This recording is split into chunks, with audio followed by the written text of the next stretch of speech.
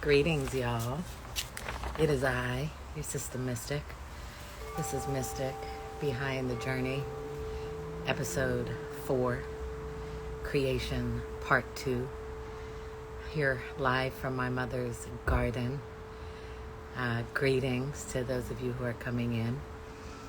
And today I will be talking with the extraordinary Planet Asia about our Grammy-nominated song, W.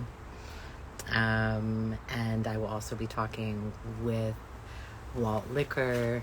I call him Walter. I will introduce him as Walt Liquor, though, for his own branding.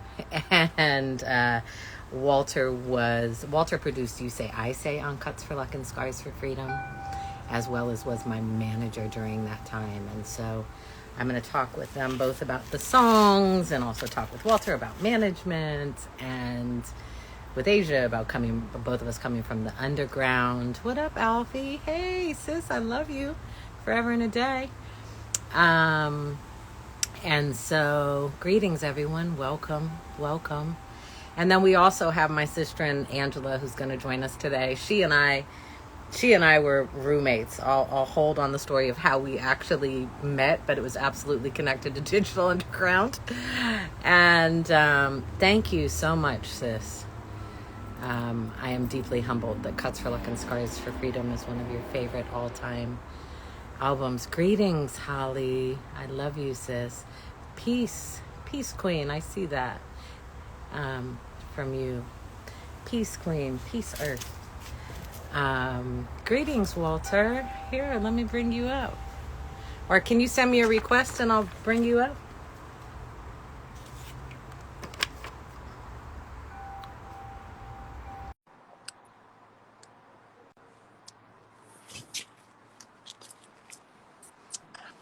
Peace, kings. Peace, queens. Peace.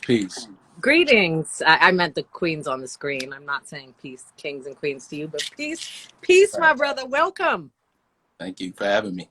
Good to see Yeah, you. absolutely. I like the blurry background thing you got going. You like it's just a little bit, it's like a focus thing. You know, there's so much stuff happening at my mom's house. You know this. So, it's just it gives it a nice art look. Exactly. I love it. Exactly. I'm going to give folks another few minutes to join us here. I see Angela joined as well. I'll bring you up later, Angela. Welcome. But I'll give folks a couple more minutes to join. As I was saying, today is the 4th episode of Mystic Behind the Journey. This episode is called Creation, Part 2. And this is all part of the lead up to the 20th anniversary digital release of Cuts for Luck and Scars for Freedom. And this is really the first mainstream official digital release of the album, where it will be available to the world. And I own the masters. Big deal. And you own the masters. That's the best part. That's the key. That's the key. As you should. The key part. Angela, I'm bringing you up a little bit later because Asia is coming up. I'm bringing you up, Angela, around 5:40 or so.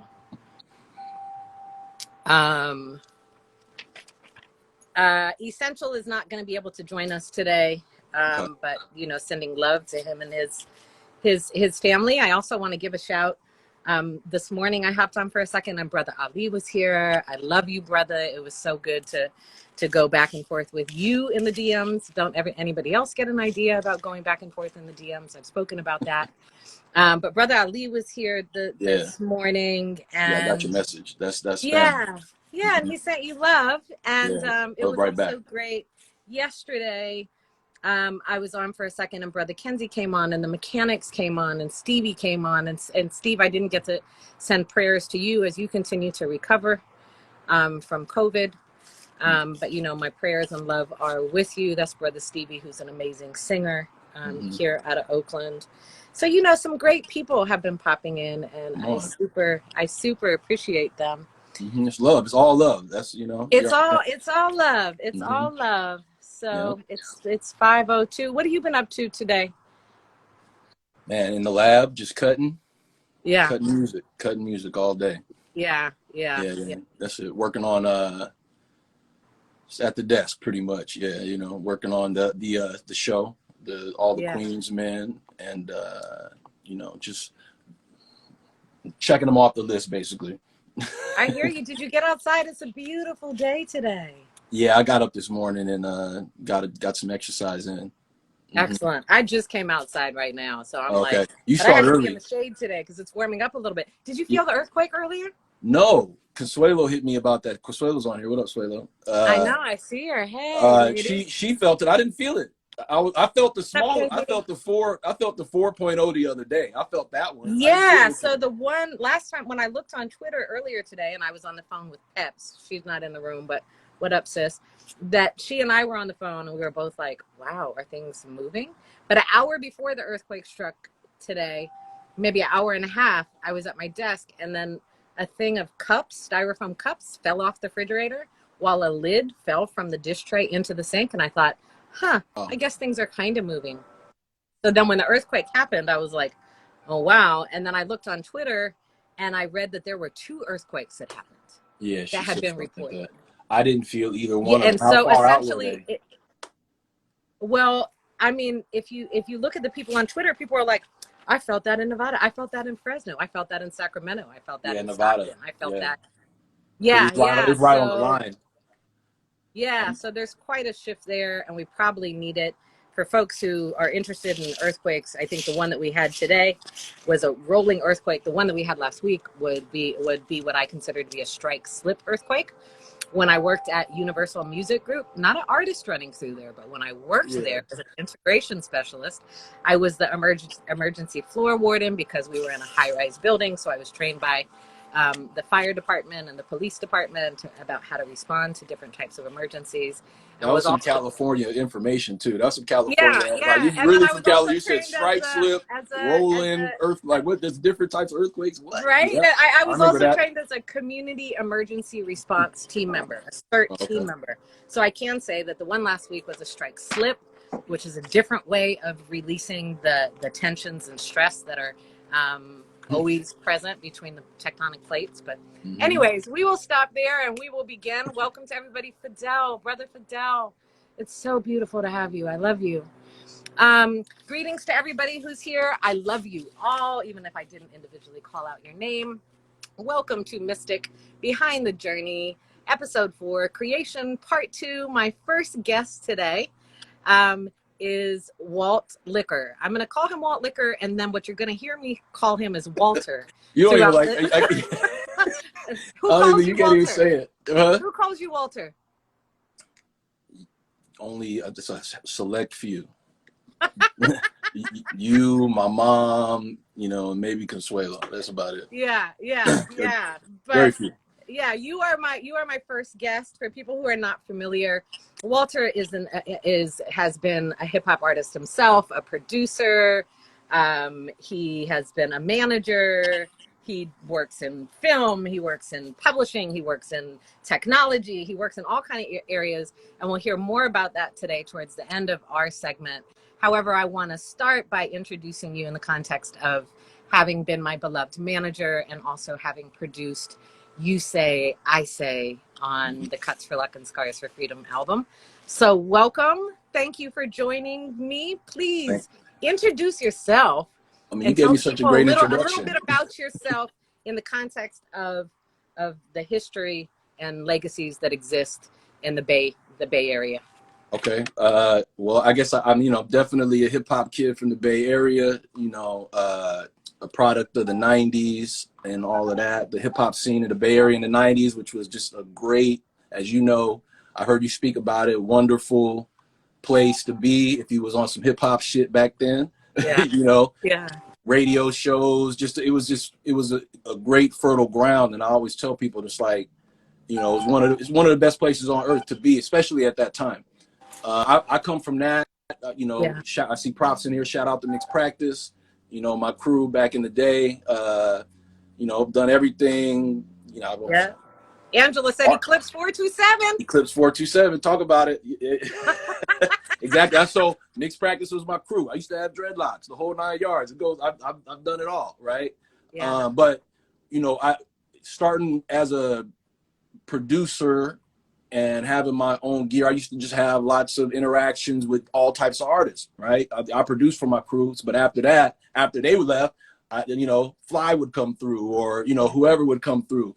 And, you know, I was one of the cats in my area where I was at. I grew up out in Fremont, right? So not exactly, about 20 minutes outside. I'm right in between Oakland and San Jose on the map, between, for anybody that knows, that doesn't know where Fremont is. But, you know, just having my own lab had me in touch with everybody around that I could reach that was rapping. And at that time, you know, there was so many things going on where people were intermingle. You know, I just got around and worked with all types of cats. Firstly out of my studio, and then eventually I started being a manager, which is where we come in. You know, it started with Planet Asia. Planet Asia was the first person to actually get me to manage him. And he talked me into it, but I was already a fan of his, you know, when that came up. But, you know, it just kind of took all of the skills and the things that I'd already been doing for myself and started applying that to other artists that I felt were needed to be heard and were talented, you know, and made a business out of it. And then we, you know, I think we came together in the studio first. Yeah, we're going to talk about that. We're going to talk about we'll get to that. So to finish me then, yes, you know, what most people would know me for was working with Planet Asia.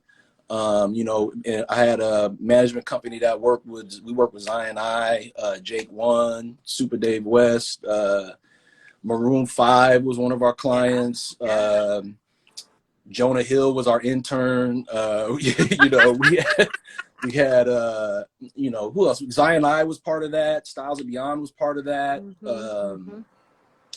Who else was a part of that? That was Maroon 5 back when they were, what was it, Kara's Flowers? Kara's Flowers. Yeah. One of the few people that know that. One of the few people that remember that, absolutely. I was just telling somebody how long it took. I mean, I tell people all the time, like, that record took 7 years to go platinum. That first Maroon 5 record. Like, you know, it was old when we signed them. You know what I mean? Yeah. When people talk about, you know, first of all, a timeless product. Secondly, you know, putting the work in to get there, to really get there. You know, it's like it's overnight. Yeah. You know? Yeah. So anyway. Yeah. That, you know, did I do it? I think I don't like talking about myself. And at the end, what we'll do is we'll talk about anything that you want to share about what you're kind of currently working on. For those who are turning in, greetings and welcome, welcome as you listen, as you're riding your bike. Post. I see you. Thanks for being environmentally friendly out there on this beautiful day. And Walter, you're going to be with me for the entire time. Thank you for stepping up and doing that, even though you're only going to be here for half an hour, but because Essential can't be here. Yeah, it's all good. So I wanted to ask you if you remember how we met. No, I don't exactly. I just know it's in the scene somewhere. I couldn't tell you where it was exactly. No. I mean, I know that we were running in the same circles, right? Yeah. We've heard Fun talk about this. We've heard everybody from the Bay Area. We've heard Amp Live. That we were all kind of running in these similar circles, and we had conferences to learn about. So I remember mixed practice to a certain extent, but then I guess it's the beginning of how we may have gotten involved musically. You were working with Jenny Fujita, right? Yeah. And we worked on the Girl from Ipanema at your crib, right? Oh, that's right. and then, and for those who don't know, greetings to Sister Jenny Fujita, who did all kind of beautiful stuff with the Fugees, Wyclef, you know, John Forte, down with that whole camp, her voice with Lauren, all kind of dope stuff. She's the voice of Tide right now. She's the voice of Tide right now. Is she the voice of Tide right now? Tide and Cricket Wireless, you know what I mean? Amongst the BT at one point, damn it. It was crazy. Yeah, and wholeness. Yeah, and so we worked on the Girl from Ipanema because I grew up loving that song and she was singing it. And I think I was rapping on it. I'm not sure. You probably have it somewhere. Was it Jenny that introduced us? I don't know. Jenny's. I mean, I came in for that. I knew Jenny. The damn Girl from Ipanema. I knew Jenny. But then you were at the studio in downtown in Jack London Square. Pajama. you were in Jack London Square, and I came by that studio, and I don't know if you remember what you were working on. It was either the Mixed Practice project or her project. I think you were working on her project. Yeah, I did a couple albums on her project. And you played something, and it had an instrument in it. What instrument did it have in it? The mandolin. The mandolin. Yeah. And what did I tell you? Do you remember? And that was because that was your name. You were named after that instrument. And so that beat was meant to be. Basically. That beat was meant to be because there was a mandolin in it. That's right. But I don't remember. Like, so wait. Hold on. I played it for you at Pajama. Did you play it there? I'm asking you. I know that you played something and it had a mandolin in it. Yeah. And I told you that my name was. Well, then that was it. That's the track. I don't know if it was that specific track because I don't remember you. It happened at Pajama in a Jenny Fujita session is what you're telling me. That's where that connection happened for you. I say. Yeah, no, I know that absolutely. as I said to folks in the introduction, you produced You Say I Say, which is very much the title comes from like when you're in a relationship with somebody and one person is saying one thing and the other person is saying the other, and when you listen to the song, I am in love with a dude who is enamored with street life. And it hurts me and it makes me cry, but like I realize that like he's not perfect, he's not an angel, he's just a man, and I'm trying to understand, right? Like, tell me why you. But then I was going to ask you if you remember anything about the recording process of the song. You broke up for a second. Say that again. Oh, sorry. I was going to ask you if you remember anything about making that piece of music, and then if you remember anything about the recording of that particular song. Well, making it like I think that was right after I got the damn Triton. That was like the Triton era of equipment, you know. Yeah. And I want to say, did you record? Wait, now, because you know I've had a couple different studios. I'm thinking like, did you record that in a closet?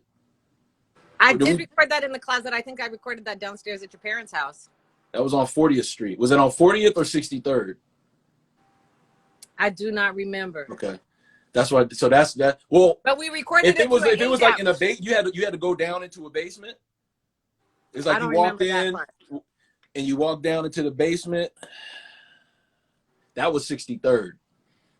Yeah, no, I think it might have been 40. I think it might have been over there and I remember we recorded to ADAT. And we'll get to management. We'll talk about the creative a bit, and then we'll get to ADAT. Yeah. Okay, so that sounds like 40th Street. But then we took it to LA. And I remember Matt having an issue with the ADAT or something, and there was that note that I hit at the end. Do you remember any of this? I don't remember that part. I don't remember that part. But I do remember that what it took. I probably did that on that's when I had like an MPC and a Triton. I remember making that was that era of making music. And ADATs, I probably had the 3 ADATs and that's what I had the 24 track board. You know, it's funny. I watched one of your other ones. You were talking to, maybe it was Money B, about having to do all the drops and everything manually. Yeah. You know, that was an art. You know, that was an art, and it'll be so interesting when Adam, when A+ comes on here, because I so vividly remember what we needed to do with the Life, right? And we had used every single track that existed. Yeah. And we had to be running on all of those. Like we had to have 4 hands, and sometimes you get the drums, and then you go get this part. We have to. Exactly, but I mean, it's just we did whatever we needed to do, absolutely. Right? And we didn't go, oh man, we can't do that because it's not automated. Oh man, we can't do that because we only got 4 tracks. Oh man, we can't do that. Right? It was about making it happen. We know so much more now, you know what I mean? But we didn't necessarily know then. But I think that's part of the beauty of it, right? Yeah. When you don't know and you just love the craft.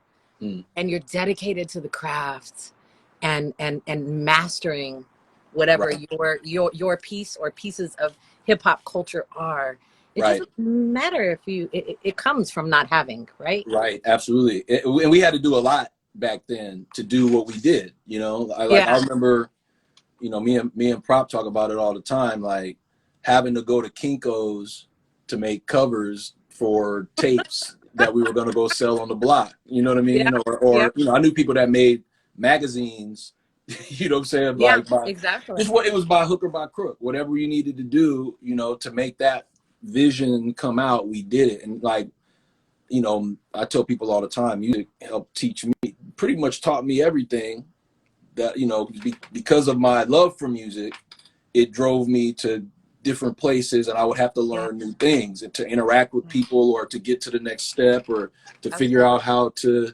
you know, get my stuff further than whatever it was. You know, I'd have to learn some new skill, or some new process, or get a business license, or do this or do that. You know what I mean? It all comes from wanting people to hear it and make it absolutely, and fresh. also wanting to like protect your craft. All of that. And plus, I think we all really wanted to. There were so many of us who wanted to understand the business, who were coming up at that point, because we understood that understanding the business was a way of protecting our art and a way of moving forward and being in control of what we were doing. Speaking of being in control of what we were doing, do you remember how you felt about I Say when it was recorded? Did you? And after I ask you this, we're going to move into talking about management. And I see you, Asia. I see you. Thank you. I'm going to bring you up in a minute. Greetings to everybody who's here. I'm talking with Walt Liquor. Planet. So, how I felt about it, I mean, I loved it. You know, I remember feeling, because I didn't have I wasn't working with a lot of singers, you know, aside from Jenny, but she bounced, you know, she moved, and there wasn't a lot of people that were singing on my tracks at the time. So I remember being excited about that, and just, you know, really liking what she did and liking what I did and how it came together, you know. And I figured out that you were correct. It was the first completely singing song, because The Life had a rap. Completely singing song. Right. Yeah. Right. So I'll take that. That was the distinction that I made, that I wrote and that I recorded. That's cool. Again, who knew how That's I cool. was. I mean, I can take a back seat to Big Pleat. You know what I mean? It's good. He's the legend. And who you know knew what I mean? how I was able to do that? We talked about Shock G and him bringing me in to do Gloomy Sunday, and why he thought I could sing. Right. You know, I don't know, but I love and I miss Shock. Tremendously. Shout out to the rest of my Digital Underground family. I mean, I'll say this though. Yeah. I mean, I'm honored that, you know, even, you know, to go back to You Say I Say, that it, you know, that it inspired you the way it did to write with it, and that it made it on this great project. And then, you know, that was kind of, I feel like that was an intro into us, you know, getting into the management down the line and all of that. You know, absolutely. So do you remember how that happened? You know, in my mind, you know, when I think about how we came together, I feel like Asia was the first person that brought it up to me at that time. You know what I mean? I think he mentioned it to me, and then I was like, oh, really? Because I didn't, you know, I hadn't thought that you were looking for management or what, you know, I didn't really know what was going on, but I knew you had been working with Timbisa and all that stuff. So I was like, oh, okay, well, I didn't know. Yeah. And I just, for some reason, that's what pops up in my mind when I think about it. He brought it up, because I always tell people, well, you know, Asia kind of, you know, made that connection. You know what I mean? We'll see if he remembers that. What I remember about it is that I reached out to you because I had respect for what you were doing. Yeah. And I asked you if you could recommend people to me for management. I didn't come to you to ask you to be my manager. I do remember that. If you could recommend people. And what do you think you came back and said? Did I say I'm the one? Did I say something like that? Yes, you did. I did. You came back and you were like, and you did it all professionally, right? You were like, you know, I thought about it, and I really believe that I am the best person to manage you. And I thought about it, and it just seemed like it was destined to be. It's going to sound so quirky, but like, you didn't smoke at the time. You didn't drink at the time. I'm really thrilled to have somebody coming on in a business capacity who wasn't indulging in those kind of areas. Something that I learned with digital is like the people who handled that weren't the people who were out doing the party with us. Right. We were out doing the party, but Right. and also that you were navigating, even though I was signed to Good Vibe as an independent label, you were navigating in the business with Asia at Interscope. At Interscope, right? That was around that time. Mm-hmm. Yeah, and thus you started. I also remember around that time, so probably, maybe this was after we had that first conversation. I remember talking to Matt too, like having a whole separate conversation with Matt because, obviously as your A&R, he wanted to talk to me before he kind of pulled me to the side and had a conversation with me too. I remember that, and then I think when we were at Interscope, Chris was there too. Yeah, he probably was, and Cliff was over. Cliff was there. At some point. Cliff was there in some capacity. I forgot exactly what he was doing, but he was definitely there. Yeah. And so to make it clear for people who are listening, because through this Mystic Behind the Journey IG Live series, I think people are getting some kind of temporal context, a timeline of how things kind of happened. And so for the listeners, Walter came on as my management after I had already signed a deal, right? I was already thriving with Digital Underground, touring with Digital Underground, a full-fledged member. I had negotiated my deal in many ways, and it was a great looking deal, right? I learned from Souls of Mischief to protect my publishing, and I wanted mechanicals, and I thought I'd pay for my health insurance, and all these kinds of things. And Matt was beautiful enough to maybe not understand it, but to get that's what I was asking for. And so I already had the deal, and I was already in process with the album.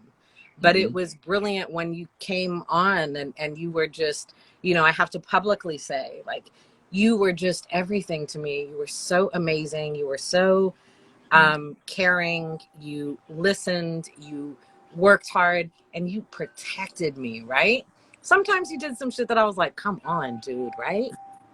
But overall, there was no safer place that I felt in the world. Right. That is the music business, which is a cutthroat and often shady place to be. And as an artist, particularly as an artist who's a woman in hip hop, to have that kind of rising star, so to speak, and that trajectory, to have you by my side and sometimes in front of me to protect me and defend me was. It just like it allowed me to be free and allowed me to move. So I want to say thank you. And you and I learned, I think, so much about how to navigate the business together. We had neither one of us had ever done some of that stuff. Absolutely. And thank you for those kind words. I really appreciate it. And it means a lot to me. That means a whole lot to me to hear that from you. And I'm glad that that I was able to provide that and do that for you. And, and that's, that feels good. I appreciate that. Yeah. And I'm also super excited that, we're still connected, still love each other. Absolutely. And there'll be conversations about that in the future. But, thank you for being my brother, and thank you for being a that was a hell of a ride. Resource. Hell of a ride. And for being flexible and for learning and still moving with me all these years. I was super young. I was super young at time. I mean, I had to be 19. How old 20. Are you now? 44. I'm 47. So I put out Cuts for Luck and Scars for Freedom when I was 27. And so you were 24. 24 then. Okay. Was it that late? Damn. Okay. I mean, 24. It came out when I was 27, but I was recording it. I started recording it in 1999. Okay. I'm going to take your word for it because I got slips of time missing. No. I'm going to ask you one last question, and then I am going to bring you up. Since I have you for the whole hour, I don't have to rush. Thank you again. I'm rolling. Part of this. I just wanted to I wanted to ask you, I'm going to ask you this before I bring up Asia. Like, what are the kind of differences? This would be a two-part question. What are the differences that may have existed between managing a hip-hop artist who is a woman versus managing a hip-hop artist who is a man? And then also your recommendation for managers in the beginning of their careers. Oh man, that's good stuff. So let me take the second one first, right? Advice for managers starting their careers. You know, learn business. You know, and learn business, not just because I think people in music business think it's just all partying a lot of times, and you know, they don't really get the proper way of you know, just communicating with people and treating people, and not only that, just understanding how just business works, you know, because you're at the end of the day, I know you're not gonna like to hear me say this, but at the end of the day, a manager, you guys are dealing with a product that needs to be promoted and sold and all of these things, you know. At the end of the day, it's that type of trip. So you know, the things that you learn about business, about vendors, and like, you know, you can really apply all of that stuff to understanding what you're doing out there, making deals, you know. It's a lot about relationships. One thing I got, probably one of the greatest pieces of advice I ever got as a young manager was from Evan's mom, Joyce, right? Mm-hmm. She told me to always get good with the assistants. Always be cool with anybody, any executive that you're dealing with, not just the assistants, but everybody in the building, you know. Always leave a good impression, you know, and because those people move up. And, you know, anybody that's, if you're really serious about it and you're out there working on it, like the class of people that you're with now, you know, you're all going to rise, and it's about relationships, you know. It's about, you know, knowing the right people. It's mostly who you know, and you got to treat people, you know, the right way, because they'll remember that. And, you know, when it's time for them to open the door for you, they're there for you. Right. You know? So what about part one? And I'm going to pause for a second and say the reason Walter said I was going to hate him talking about product is because I make art, right? And I've always been clear that I make art. This is my heart. This is my life. It took me a long time, but then there was at some point that I understood that there were certain people in the business, particularly at labels, or as I came to more ownership, that that I needed to be able to sit down and have a conversation about product and understand I was not calling myself product, but to talk about it in a language that they could understand. But as an artist, I am never a product. That's right. This is my art. That's right. What I create is packaged and maybe released in such a way. It has a UPC. It's a product. ISRTs. They're products. I get it. But I want to encourage all artists to first understand and claim yourself as artists and as creatives, and then understand the differences between being an artist and a creative and being a business person. So I'm going to ask you for a short answer because I need to bring up Asia, but the difference between managing a female and a male hip hop artist. Glam Squad. Is that the biggest difference?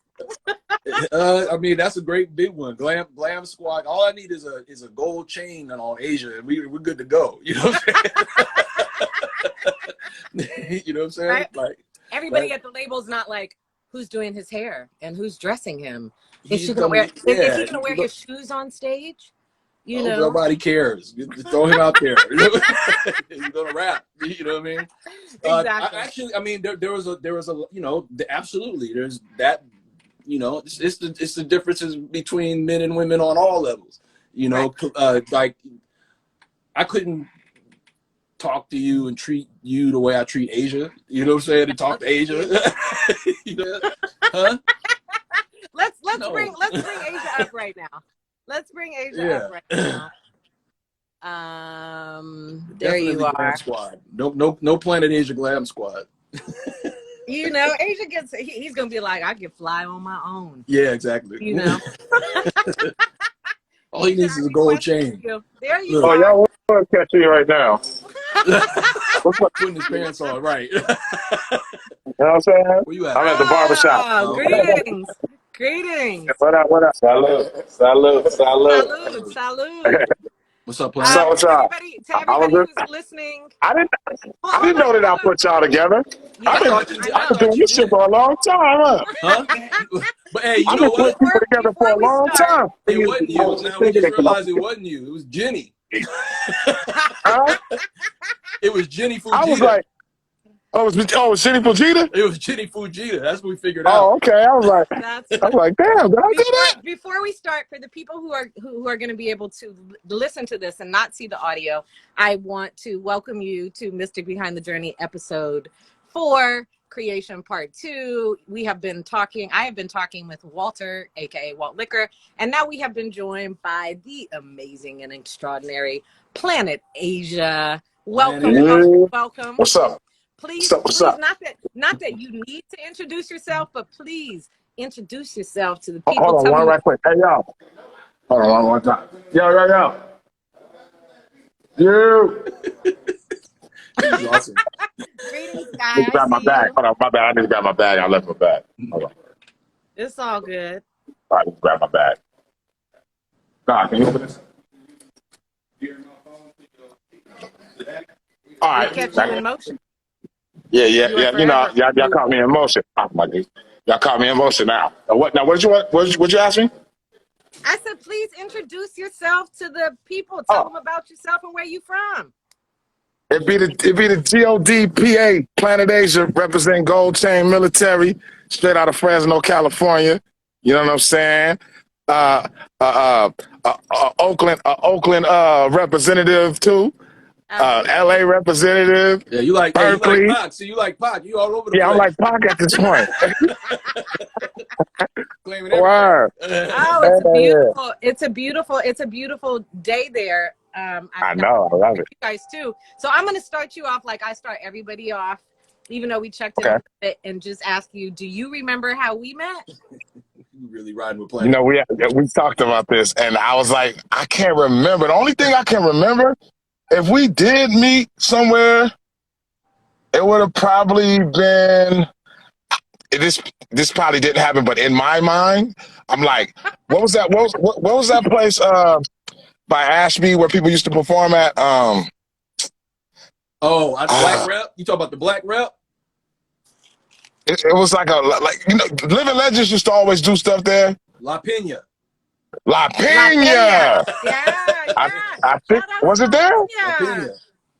I always, in my mind, I feel like, even though we didn't, but in my mind, that's where we met at. Well, we're just gonna say that is where we met. Yeah, both of it was dark with a red light. It was dark with a red light, and I was like, "Who is this girl?" She was like Sade. How did you link with? Ooh, I like that. Oh, how did you link with Walter for management? Through Fanatic taking me to your studio, right? Yep.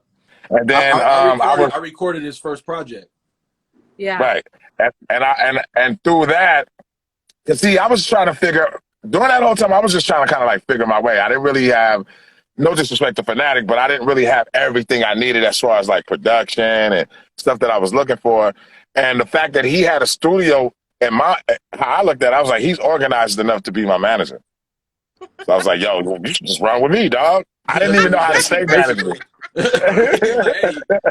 should be my manager. I was like, you know what? Right. He like, nigga.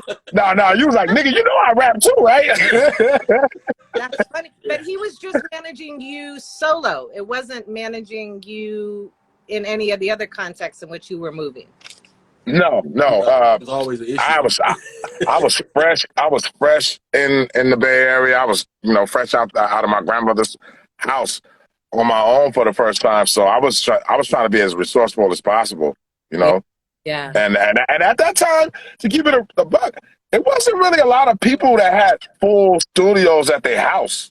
Right. I mean, you have, you know what I'm saying? You had dudes that had like 4 tracks, 8 tracks. Peanut Butter Wolf didn't even have a full studio. Right. Yeah. Yeah. Right. So that's why I wound up recording shit. That's why I wound up recording so much stuff. Yeah. Having a studio was important. You created the field, so to speak, and then the people came. Absolutely. Right. And the conditions. So I know we were both being managed by Walter. I don't think we recorded W until after I was being recorded by Walter. Do you remember Walter? Because I think I had to go through you to get Asia to be.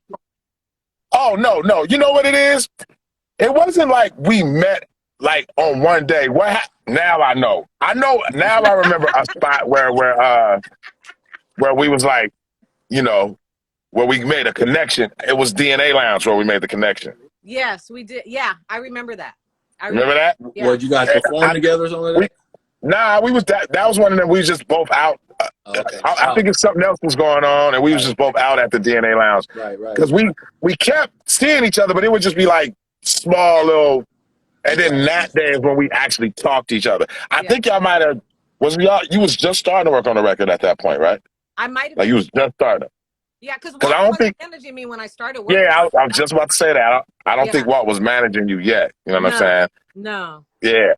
So we may have connected, and then, but I think the request for W came through him to you. Right. I would just only hear about. I think Shock G might rest in peace. I think Shock G might have said something to me about you. Because people would tell me like how you came up, like in the underground and shit. You know what I'm saying? Like before, like the Mystic that we know of the first album, people was always telling me about how you was, you know, in the ciphers and running around doing your training. You know what I'm saying? And so I kind of had an idea, but it's crazy because I was new to the whole. A lot of people don't know. I didn't really know nothing about underground rap yet. As far as like it having a world. You know, when Rasco used to call me, I used to be like, I don't get it. I'm like, how you doing shows with like EPMD and these people? I'm like, you're not signed. Like, you know what I mean? Yeah. So all that was new to me. That whole world was like new. Like even with like Good Vibes and all those different subsidiary labels popping up, I didn't know nothing about that at first. Yeah. Because you know, I'm coming from high school looking at everything on TV, Rap City, How on TV quickly Rap. did you sign with Interscope though? How quickly did that happen? It really wasn't. Wasn't that long? It's like it wasn't that long. When you're young, it feels long. 4 years seems like a long time, though. 4 years. Yeah, like damn, this ain't never happen. It was like 2000, right? 2000, 2001, something like that. Oh, wow. It was 2000 because Cali Agents. Right. Yeah, it was 2000 because that was the same year the Cali Agents came out. Yeah, because you were waiting to put your album out in 2000. Right, and for that. you know what's crazy though? What? I never officially dropped my first album. I just looked at this a couple months ago. I didn't drop my first album until 2004. You talk about Avatar. Oh, wow. Yeah, that was my first album. I didn't come out like my first official album came out 2004. Wow. So all that stuff we was doing before that. For a Grammy, right? So even with the nomination, we're gonna get to this piece. I have to ask you: do you remember anything about writing W, which was produced by Spontaneous? Spontaneous is not on today, but it was produced by Spawn, who was also signed to Good Vibe. Do you remember anything about writing it? I remember writing it. I remember we was laughing about the Jerry curl part. That. I'm not gonna lie though, getting nominated for a Grammy for that song was the last thing on my mind. I thought it was just gonna be an album cut. You know what I'm saying? Nah, for real. I thought it was good. I mean, compared to like The Light and all the other shit, like I wasn't. That was like an album cut to me. It was a complete surprise for me. I didn't even know. Maybe Walter, you knew in the background, but I had no idea that my songs had been submitted. And I think, as I remember, what it was is that 6 songs of mine off that album were put up, and W was the only one that was officially nominated and was nominated in the new category of Best Rap Sung Collaboration. The folks who won were Gwen and Eve Stefani. Blow Your Mind. It was there was something I wanted to ask you about that album. Oh man, it'll come to me though. It'll come to me. There was something I wanted to ask you about that album. What street? You know, in the video, in the live video, what street is that house on? That's on Oakland Avenue. That's on the street that Plea lived across the street, and then right over there by Whole Foods, bro. Harrison, it's like Harrison and Oakland. It's right by Whole Foods. They come together. Literally, where they come together. Okay, yeah. So that wasn't Berkeley. That wasn't Berkeley. Oh no, I'm not Berkeley. I was conceived in Berkeley, but that's about hey, don't be dissing my area, man. I love Berkeley. No, but and I told you though, I wanted to just because I think it was anybody who was around, and Angela, send in a request. We can bring you up now too. But anybody who was around knew that I was so serious when I said that I'll put up billboards butt naked from the waist up with your hand over each breast throwing the West up, and underneath the caption would say, "Don't you wish you were here? West Coast, hey." And so I have this idea literally that if it was a single, I wanted to shoot this, right? Everybody remembers the iconic classic Janet Jackson. Greetings is pretty. This classic. All right, get your drinks, y'all. Hey, bartender. Hold on, let me finish this part. Get out. Damn. The Janet Jackson iconic Give him stiff cover arm. with where she was nude and the hands were over her breasts. I just thought how dope it would be for you and I as West Coast representatives who love where we're from, dedicated to where we're from. I so wanted to do that image, and I thought that it could just be this iconic image in hip hop. And so I thought I would say that because I was quite serious about that. You want to do it? Do it as a 20th anniversary type of picture. I don't know. We might. I don't know. We might go talk about it. I don't think I need to celebrate 20 years. Still want to do it. Quite exactly the same. But anyways, for folks who are listening and cannot see, I just brought up Angela, who she's here. Angela is my sister. We were roommates on Oakland Avenue. We moved to LA together. She has been my ride or die. She styled me, literally sewed. Glam Squad. Speaking of Glam Squad. Glam Squad. That's what I'm talking about. Glam Squad. You feel me? But you literally designed the outfit. You literally designed the outfit that I am wearing on the cover. Oh, wow. So I just want to introduce you. We did your hair. We did your hair. Yep, you did. Dang, I can't even get a handkerchief made around this piece. Once he got the PA chain, that was it. That's all. Yeah, I didn't need that. That was my whole back. Anything else except for your chain? I remember having a chain. But welcome to everybody. So we are continuing to talk about, and you were part of the process. You were there, Angela. But how did you find out that we were nominated for a Grammy for W? How did I find out? No, I'm asking Asia, but I'd like to know how you found out too.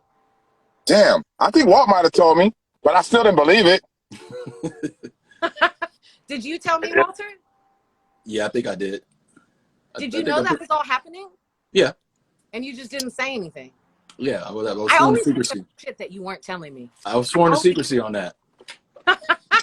Walter's good at that. Walter's good at secrecy. He's good at keeping it cool. And I'm like, I know there's shit you're not telling me. He knew to tell me at the last minute. Yeah. He knew did you enjoy yourself at the award show? Say again? I was asking Asia if he enjoyed himself at the award show. Yeah, you know, I was sitting with remember that group City? What is it? City High? City High. I was sitting with their parents. Oh wow! They wouldn't let my mom come and sit on the floor with me. That was the only part that I was bummed about. But I was so fly, Angela. I remember coming to you and I was like, I had this dream, and I was wearing this outfit, and it looked like this. And you managed to take that, and you also created the outfit that I wore to the Grammy. You know what I did realize? I wish we had more photos for it. I was the only thing about the Grammy when I got there, I was like, damn, it looked way bigger on TV. Right. I was like, wow. That's how I felt when Mystic and I went to the BET Awards. I was like, what is happening here right now? And you know what else tripped me out is that when you watching it on TV, you think that all the stars are only the stars on the floor. It stars the whole building is artists. Yeah. It's that all those people are artists. Yeah. Wide angle lenses. Yeah, for real. Yeah. And For remember, real. Angela, I experienced it at the Grammys, the BET Awards. It's like you have to sit inside for the commercials. Yeah. Well, remember in our row, we had a good row. We had MC Light. We had B2K, I think, sitting next to us. We had Barry White. Remember Barry White had on the all purple Wow. Yes, outfit yes, with the with yes. the with the fly shoes. I was like, Barry, baby, rest in peace, Barry. Right. Yeah, that was a fun I was like, event. Barry, I baby. was like, Barry, baby, with the lavender look. And for people who don't know about the BET, I was nominated for Best Female Hip Hop Artist. Missy was Facts. the one who won that category that year. Angela, you did not style me for that. Arnell No, Simpson styled me Hey, for that. how did you feel? Loved my How, outfit. And then we how went to did you that feel? after party that was where did we go? I was drunk. Yeah, How did you how, I don't. how did you hey Mystic, how did yeah. you feel when you went on tour with Indy Rig that time? That was a big I remember that was a big thing because that shit was like, man, This is a that was written solo. in This is a every solo tour. magazine. Right. Yeah. Yeah, and I Mm-hmm. mean Yeah. it's so connected to the Grammys as well, right? But to be able Oh yeah. to and the MTV tour, India and I were actually co-headliners of that tour, right? We think about Right. the success that India has, and we can think about where I was, but she and I co-headlined that tour. Khalees was part of that tour. Mm. Oh, Was that's part of right. that That tour. was a good tour. Yeah. Yeah, and so India and I co-headlined the entire thing, and then there Right. were other women artists Yeah. who came on, particularly in the coastal locations, Right. who also performed. And I mean, it was just dope. And I love that India had her mom with her, and it made me want to bring my mom on tour. It was so dope to have her mom. One more. I got another question for you. Yeah. From that time, from when that album came out to now, on your journey, was there any artist that might be popping today that you might have met on the way that was just like maybe young or teenagers? Because that's happened to me before. You're like, oh wow, and they're like, yeah, I was at your show when I was such and such, and they might make music now. Yeah. I mean, absolutely. You could say Guapole, right? Guapole Oh, was okay, right and wasn't out with closer, right, and having that Absolutely. success at the time. right, right, But there's just hella people who have been successful in different ways, who may not have yeah, and ended up being successful as an MC, but became yeah, successful as a label owner or successful yeah, as or just a company. anything. It could be a sports player. It could be anything. Yeah, Oh yeah. absolutely. You know, I 'Cause- feel like you all know this why I say that? humbled that there are artists still who are like coming up in 2021 who are like, thank you so much, sis, for the Right, groundwork that you laid right, out for us, the way that you represent. And I feel a right, strong responsibility, particularly with younger artists who are women, who identify as women, but also with young men I feel like we have a deep responsibility to share our knowledge with them about how we right, have navigated this journey as underground artists, as mainstream artists, and as successful business folks. So, Andrew, right, I want right. to ask you a question. Um, will you talk about how we met? Yes. Tell the story. This got to be crazy. Hell yeah. I want to hear this one. Hey, me too. I can't remember if it was like 98 or 99. I think, or 97 even. It was pretty early. I was like 21 or 22. And I was throwing underground hip hop shows in San Jose. From what I remember, I was like the only woman at the time doing it. And I had an opportunity to start doing, like, I had a bigger budget, so that year I brought like Talib, I brought Evidence, just all my little underground groups that I was super into. And then I booked Digital Underground. And I didn't know that you were with Digital Underground, but I knew about you because there was a mixtape out. We were talking about it the other day. I don't remember the name, but like Mr. Journeyman are on it. You were on it. I don't even remember. Yes. Rules of the game. Rules of the game. Yes. Mm-hmm. Yes. Oh shit! I have the CD somewhere. Yeah, That was that's an the amazing first CD. thing. Yep. That's the first real. that's the first real release I was ever on. I mean, I put out stuff before, but that was the first first official You were international on it release I too, ever was on there. We were Yeah. all Yeah, on yeah. it. So I yeah. had that seeded. That's how I first heard of you, Mystic. That's how I first heard That's of how it I too. first heard of you. That's Was so I for Rules of people the listening who Game. have been here for every episode or have not been. In episode 1, when I talked with the Angel is the person who produced the song that was on that Tripec Records release, which would be okay. All right. So, yeah, and I was like, my mind was fucking blown when I heard that song. I was like, who the fuck is this? Right. Okay, and because at the time there wasn't any, I was listening to Sally Cell, I was listening to E40, I was listening to fucking. Yo, you kill me. I was listening to RBL Posse. You know what I mean? Like Posse. I was very much. There weren't Conscious Daughters were pretty much like the only women in around the Bay at the time that were really like moving some shit. Yo, I just love what you just said. That just goes to show and prove how multicultural the Bay really is. Because you could have said some fucking super backpack shit, but you said Sally Sale Look, is going all City down Hall records. tonight. Hey, look, kid, all City Hall records. Some, Really? Black Sally Cell was my that was my shit. So Yeah. hearing her, it was just like it was just like something so new, and it was so brilliant. So come the day of the show, you come on stage. I'm already hype. I'm like, Digital Underground is here. I booked this shit. I'm fresh. Whatever. I'm feeling myself.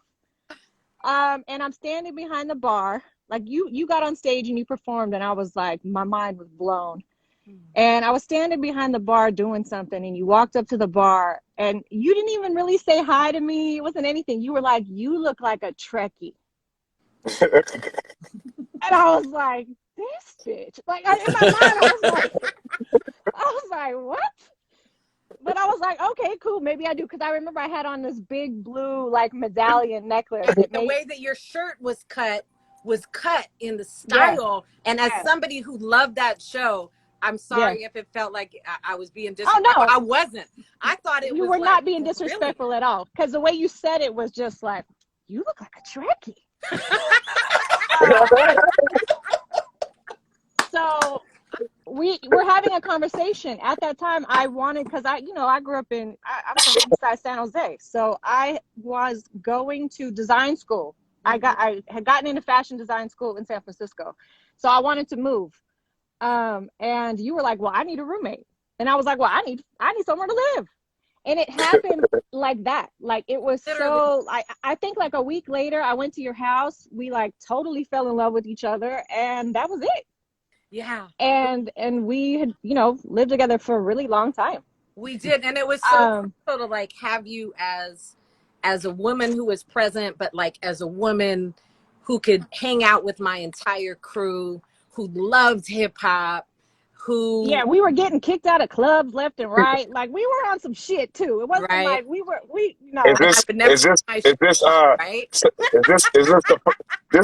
This is flip flop overalls, Mystic, huh? They don't want this is double overalls, goose. Mystic, to come out. Yeah. This is me with double gooses on and fucking baggy jeans. Like, I was a fifth member of Jodeci for at least 6 years. Yeah. But I was, for people to understand, like, the apartment on Oakland Avenue. It was a hub. It was a hub, but before it was my spot and was a hub, it was my mom's spot. And so she moved out on me and like moved out with her man to get a house. And I was able to keep it, and I had great rent. But me being out on tour with Digital Underground meant like, I wanted my plants to be taken care of. I wanted somebody to be in the house. And so like to have you come, and you and I just had the best of times. I wanted to make sure that people learned about what we called church in the house. You want to talk about church? Well, we would, we were big cookers. So every Sunday, a variety of people would come over, and we would just get one of them plates. Often there were, often it was, sometimes it was sober, sometimes it wasn't. We had party favorites. Oftentimes it was not sober. Yeah. And just play music and just go around and just play music. everyone playing the shit that we loved, you know, and most of the time it was on vinyl It was, and we were or our bumping Dave CD collection. Hollister. Dave Hollister. Coming Oh out the man. ghetto. And with Essential and Few, and we would literally stay up all night and drink MGDs, play that vinyl, and this was before you officially became like an out in the world awesome DJ. But you would often be the person who was the sole selector and controlling the music, and we would just we would sing and we would listen to dope hip hop, and you were there in the house as I was writing material for Cuts for Luck and Scars for Freedom. You were there in the house when I brought home the versions of all the songs that weren't even mixed and mastered. And I just, as I do with everybody, I have to publicly say thank you and I love you. Thank you for being a tremendous piece of my journey and being protective of me and being a rider with me. And, you know, just thank you for living and breathing and being a part of my life. Angela is also a voice on Cuts for Luck and Scars for Freedom and like the interludes where we're talking before Girlfriend Sister Girl. Asia, your voice is actually on songs that you're not on, such as Girlfriend Sister Girl. And yeah, talk about hey. right? I think that skit was so dope and so timely too, because it was at a time where that's when all the dudes were like, they got their Escalade, they're showing up at the club, everybody got sunglasses on in the club, you know, everyone's cool as fuck.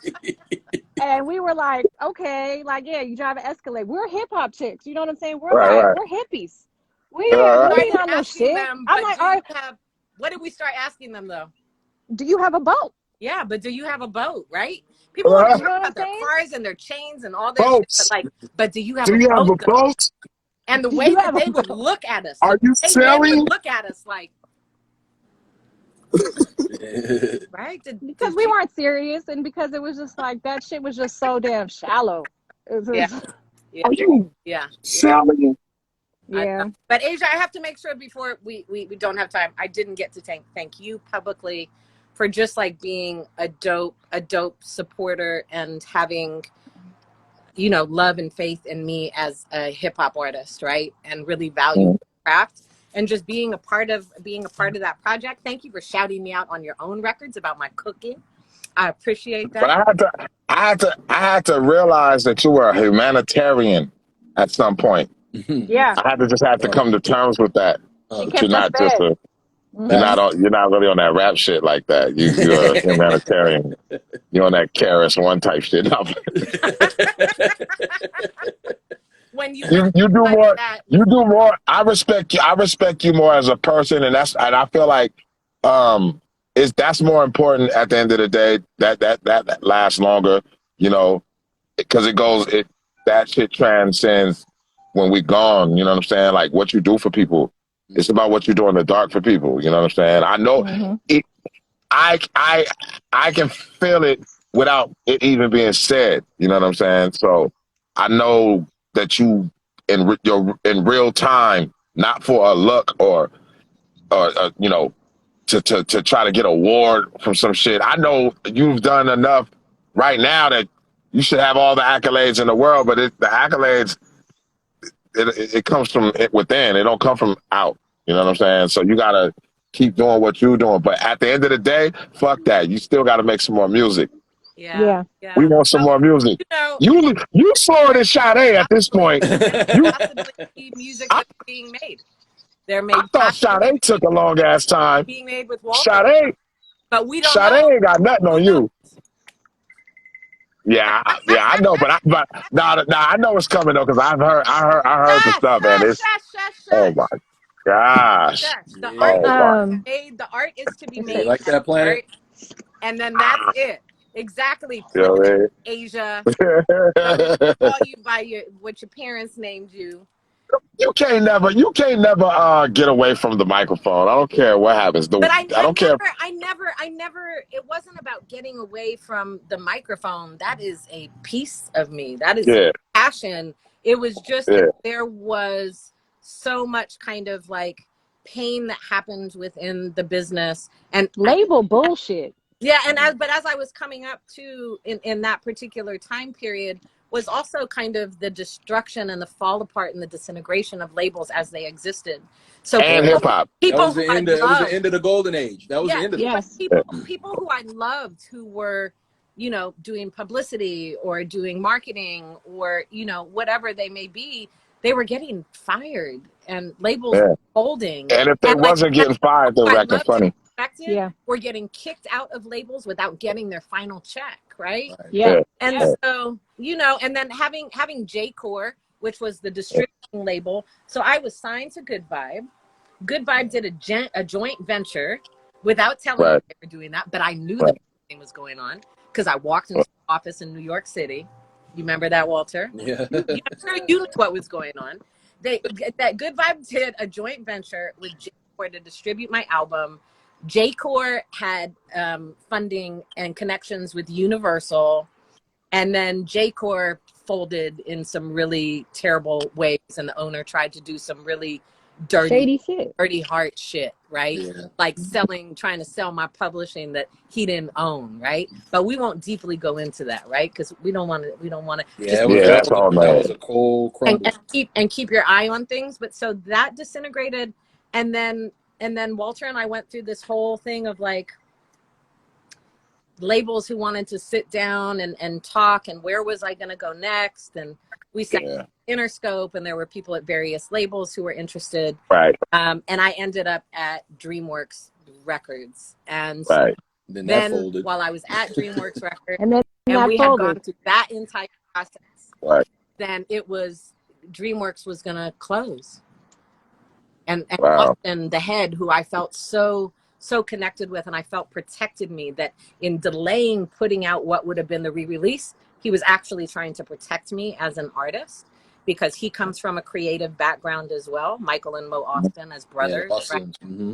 Yeah, and so, and then what was going to happen is I didn't want to go to Interscope, although I could have gone to Interscope instead of DreamWorks.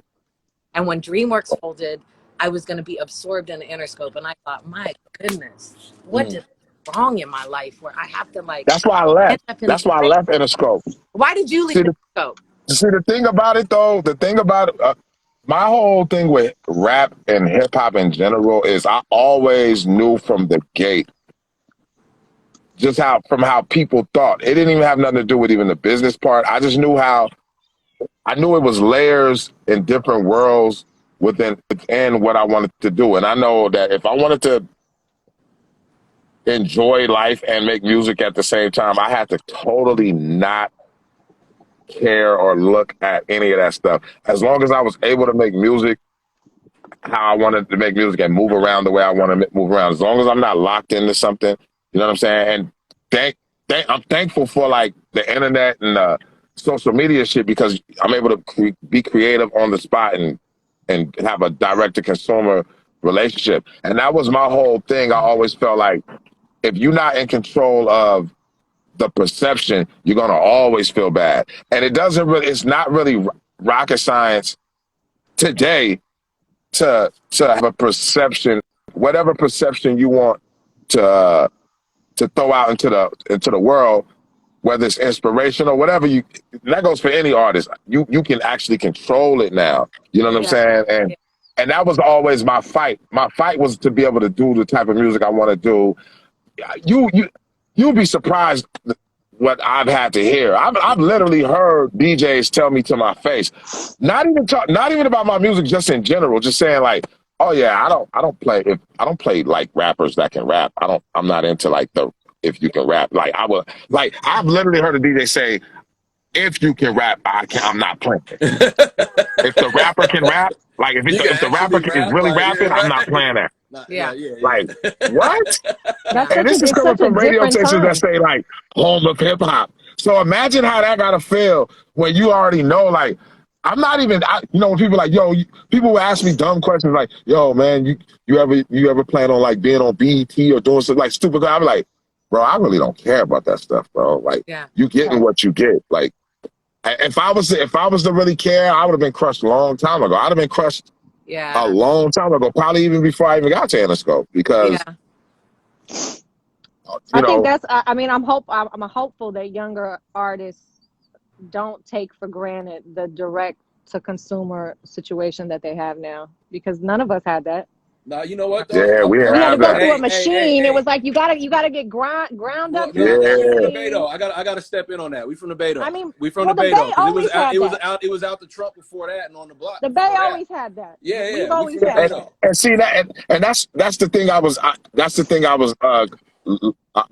that saved me, because if I would honestly, if I would have just started off with a record deal, I don't think I would be rhyming today. We was Yeah, already on yeah. some You know what I'm independent saying? And shit. I think that if I had stayed in the business, right? And I Mhm. was talking with somebody about this, and I want to make sure listeners and the folks who are here right now can understand the business didn't get tired of me. The industry didn't get tired of me, as it so often does with artists. I Right. intentionally stepped back at the height of my career, with everybody wondering if I had gone crazy and what was wrong with me. My lawyer, my Wait, booker. you know what's crazy? We both basically did the same Yeah, thing and in so I different needed ways. to do that to Yeah. to save my love, to protect myself, and also Yeah. heal, Yeah. right? And continue on that healing journey. And also, like, I just thought, well, let me just go back and figure out how I can be with little people, with children, right? Because they're my Yeah. heart. And this bullshit over here, this doesn't make me happy. Children make me happy, and I Right. don't want what Exactly. destroyed Yeah. me. And so I think I think as artists, we need to be, and that you and I, Asia, are representatives of what Yeah. it means as creatives to say, you know what, this doesn't work for me, and I can't Yeah. fly, and I can't do what I want to do. This is constraining. I'll break. And while to the Yeah. world it may look like you I don't walk care about away, being famous or having big 'Cause billboards or none of that. we I was really already don't. doing all the shit that Like, they I wanted to really do don't care before. about that stuff. Right. yeah, You know, yeah, this is really therapy. When I make music, that's why I make a lot of music, because I'm like, that's me expressing myself. I don't want to go and harm other people or physically harm people. My therapy is creating music. You know what I'm saying? And absolutely. if I get locked into something where they're telling me I have to do this or you should think about that, it's gonna. What's up, That's Deb? why when I was my most miserable time might have been before I was like, well, I got to get out of here. I get out of here. Yeah. I I think it's can't take it very, no more. you know what? I think it's very telling too that you, Mystic, Walter, myself. I don't know where you're at, Asia, right now, but we all moved home. I'm in LA. Yeah, yeah. Okay, well, we moved I had to home. get out of It there. got to a point in Hollywood. It got to a point in Hollywood, working in Hollywood, where I was like, yo, I'm about to lose my fucking shit soon. Right. I gotta I go. don't know if I would have moved from LA if I wasn't changing for school, right? I moved home Right. My mental to health school. had to. That is why I moved home, Yeah. because my You mental were Right. health so Right. was deep out suffering. there and Because I was DJing and very seeing much so out much of that. into, like, I was very much in that shit, and it Yeah. was a What up, struggle Des? watching. Big It Deb. was just hard.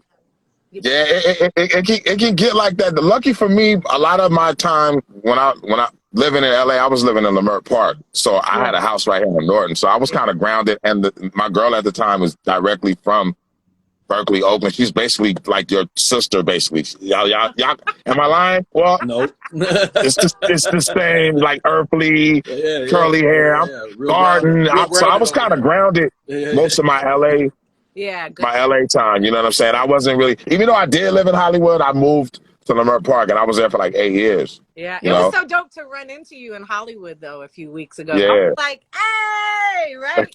Like to be out and be in the same place and have so many good people who were there. Oh, you know what's crazy? Hey, the room is always people I just popping. The showed you, room is always popping. hey, the people I just showed you, they was there. They was there at the party when I just saw you at. Oh, were they? We was just so lit. Oh wow, that's crazy. I That was was trying. that was was a lit. fun show. I'm not going to keep you guys super late. I appreciate you all being on. What I want to do, because we could do this conversation for a long time. Yeah, I know. It's such a pleasure and honor. But I'd like to start with you, Walter. If you want to talk about anything that you're currently working on and where folks can find you. Y'all already got me on IG at Walt Liquor. FairviewMBA.com is my music administration site. If anybody needs help with their music business and affairs, holler at your boy. Oh, I And that's know. all I can really talk about right now. Yeah, yeah. And I'm not going to say anything, but I will say that you're working in film. And so I think that's dope. Asia, my love, what are you doing? Oh my gosh, I got too much stuff coming out. I have an album with DJ Scratch Yeah. at some point this year. Me and Evidence dropping I probably saw like in the that. I'm happy about that. yeah that I don't. It's so much stuff. Just hit me at Planet Asia Medallions on Instagram, Too much. Planet Asia on Twitter. You know what I mean? You can go to my website. You can go to my get all my merchandise at medallionsmerch.com. You know what I'm saying? Mm-hmm. And that you can get vinyl, gear, physical CDs, all kinds of stuff. I'm about to put my whole catalog up there so you can get it physically. Yeah. Beautiful. Yeah. Beautiful. And what about you, Angie? I'm a mom. Right. I'm retired from all that shit. I'm going to school to do child psychology. So, you know, I am really kind of immersed in that world right now. Yeah. Because I think I'm really, really, really, really focused on mental health. So That's good. especially in our community and especially amongst artists. Right. So Big that's facts. just where I'm at. Yeah. You know? Right. I've thought about DJing and going out in the world a little bit, but just being around people and just like it's just scares me. And not even because COVID, just because I don't want to do it. Dressed up. You and I talked about it though. We're gonna get dressed up and we're gonna go out. Are we still doing? Oh, that? we're getting tables. Oh yeah, no. We're- I just mean like as an artist. We are gonna make So it we happen get on tables. We getting bottles. We getting bottles and models. You know what I'm saying? Right. bottles and models.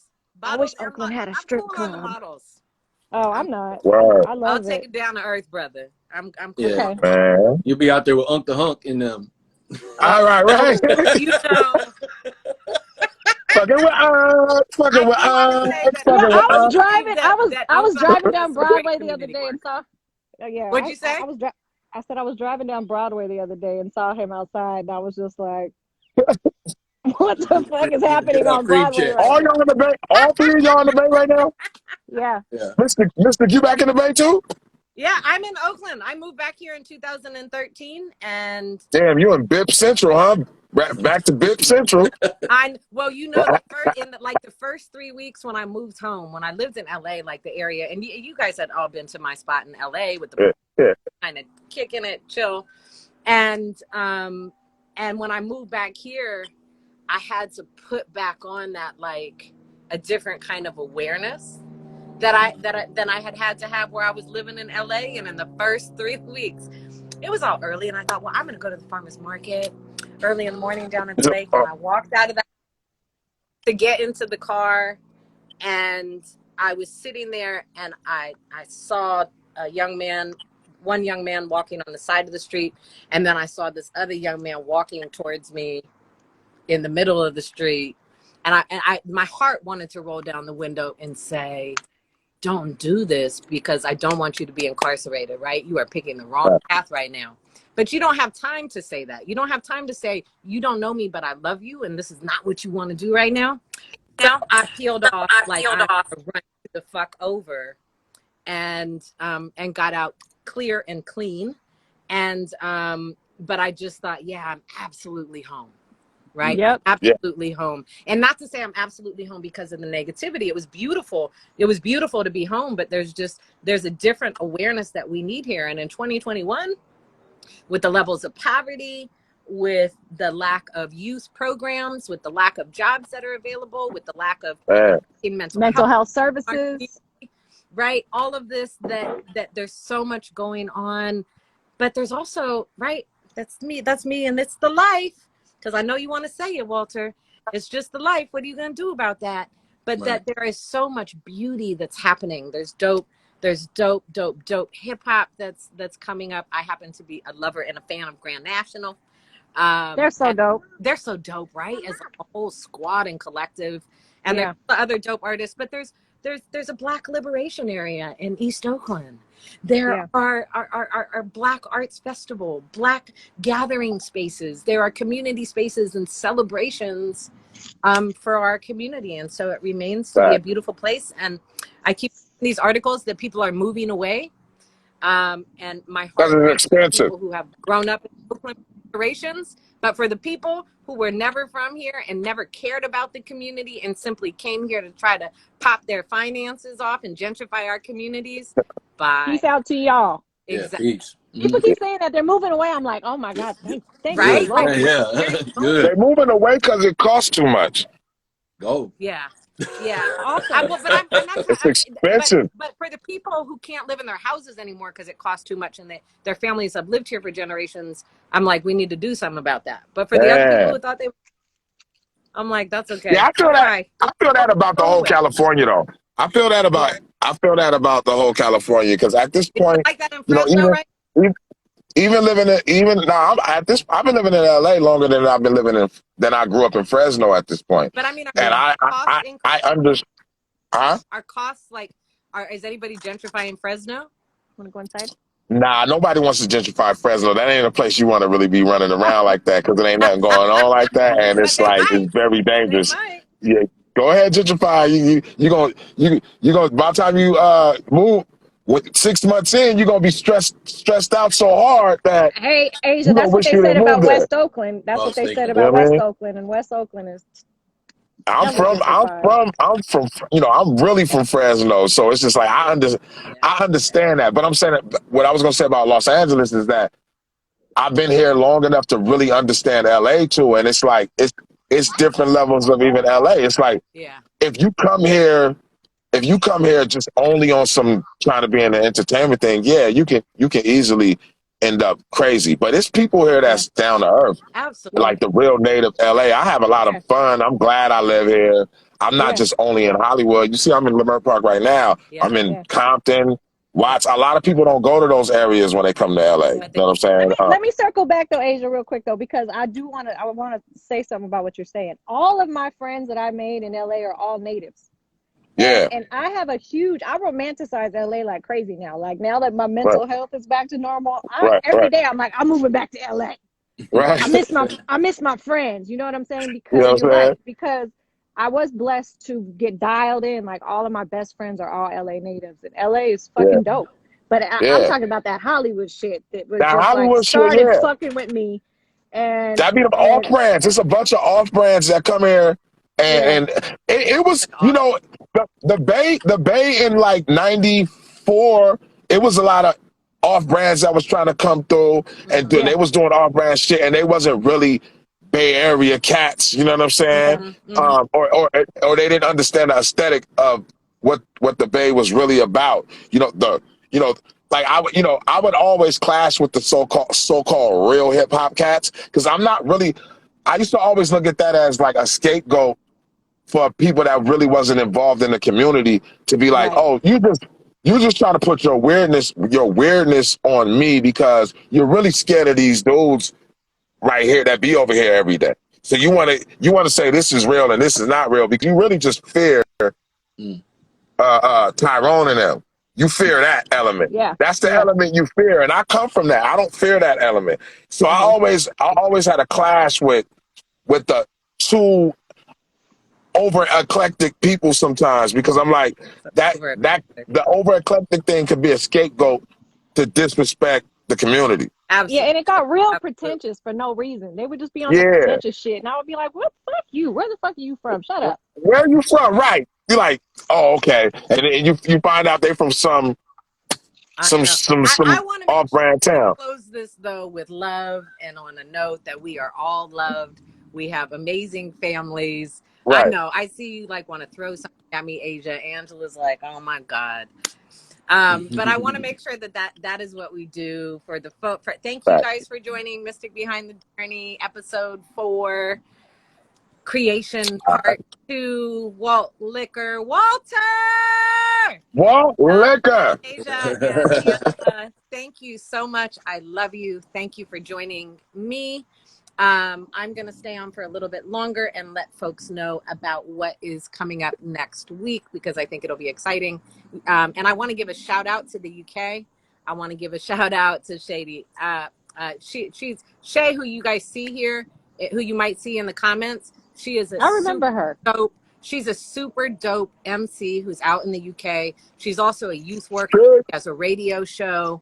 and I want to be able to publicly support her. She's publicly supported my music. I believe, sis, that you are the first person who probably played "We Are the People" all around the world that Walter produced.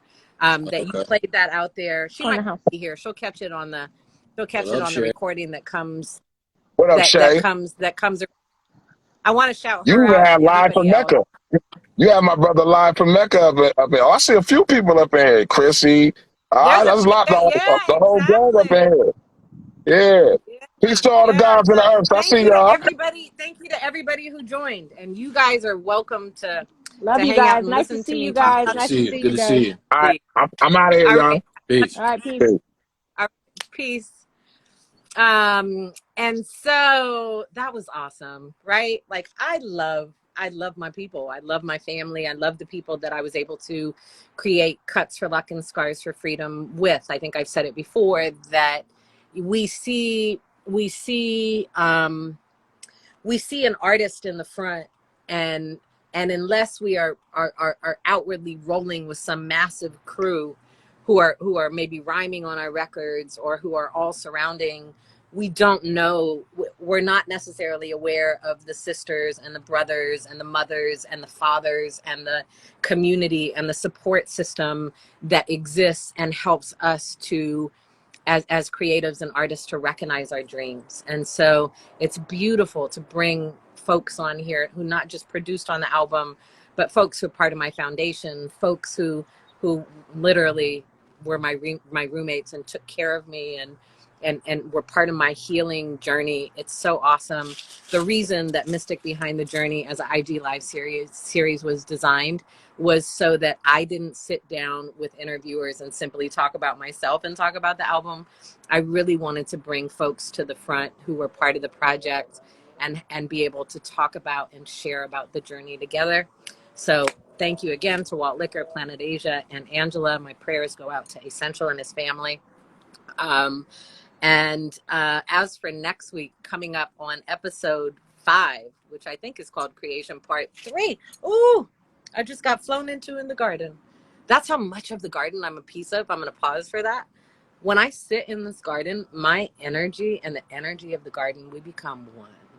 And so the bees are not concerned about me. You guys may have seen a butterfly fly by, the hummingbirds, things just move around me. So although I'm like, oh my goodness, it just ran into me. It ran into me because it wasn't flagged by my energy and my essence in this sacred space. I get to become part of the sacred energy, which is why I do this out here. But for next week, episode 5, we will have 4 tracks who I call Dot, who is part of my Digital Underground family. Dot produced Dream and D-Boy and Fallen Angel, so all super important songs in the context of Cuts for Luck and Scars for Freedom being a healing journey for me. Also on the show will be Dave Ghetto, my brother Dave Ghetto, who was also signed to Good Vibe and a dope MC out of Philly, and we were supposed to collab on a song. Dave, the reason I say that Planet Asia was the only feature on the album is that Dave, Mr. Ghetto, we were unable to get things done before the album kind of closed. So what I invited him to do was to just spit a rhyme. And so he had his very own interlude on the album that's called Dave Ghetto. That's why, and I did that because I just think he's so dope. Dave and I are also part of a group with Hezekiah called This, That, and the Third. And we will talk about that next week. We did an entire album, which we recorded in Vienna. The title of the album is called Summer in Vienna. Hez and myself are rhyming and singing. Dave is rhyming. And it's a dope collective, hip hop produced by the Wax Solutionist. It's just a dope album that I don't think people really ever got up on, but we are This, That, and the Third. And then my last guest next week will be Chops. Chops is the person who produced Fatherless Child, which I don't even need to talk about the necessity and power of that song as a part of my healing journey. And so I will talk with each of them. Next week we'll kind of go back to, although I think I kind of have Dave cross with Chops because they work together too, it'll really go back to individual producers or MCs in Dave's case, and having individual conversations with them. And I think it'll be an important conversation. There'll be some heavier material that's covered, but we'll talk about the process of making the songs and how they represented what I was living through at the time, or maybe what Dot was living through at the time, and what was happening in Oakland, and just like what we were able to create musically. And Dot and Chops are both producers on the album who also just really provided these really moody, banging, beautiful palettes of music and energy for me to be able to spill my heart onto, to spill my stories onto, and to fully recognize myself and my craft in the process of making Cuts for Luck and Scars for Freedom. So anyways, that will be next week. I will start promoting on that on, I don't know, in a couple days. I have some work that I need to go work on, but I hella appreciate you guys. I love you. Thank you for being present. A reminder that the pre-order links for the 20th anniversary version of Cuts for Luck and Scars for Freedom, for the digital release, that the pre-order links are in my bio, in my link tree. You can find one for the edited version as well as for the explicit version. And then the last note I'm going to tuck in there is keep an eye out. It may be in one of my short IGs that I don't traditionally post, but posted yesterday because we had Brother Kenzie on, who was talking about some necessary activism in the city of Oakland, and giving advice for upcoming activists and folks who are active in our communities. But maybe in one of the short IGs that I do, where I just kind of answer random questions, I'm going to talk a bit more about some opportunities that are going to open up after July 30th. I should say that, right? The 20th anniversary release is digitally coming out globally on July 30th. And so the IG series will continue after that, but it will shift to you guys as the beautiful community who have utilized my music as part of your healing, who have used it in your educational spaces, and just be an open place for us to communicate about healing and about art and about hip hop and about how the music may have impacted your life, and to kind of share stories. So I'll go deeper into that as time goes on. So once again, just thank you for being here. I am in gratitude. Please do take care of yourself and others. Practice intentional acts of kindness. Love is revolutionary. And just please, take care of yourselves. I love you, okay? Peace. I love you.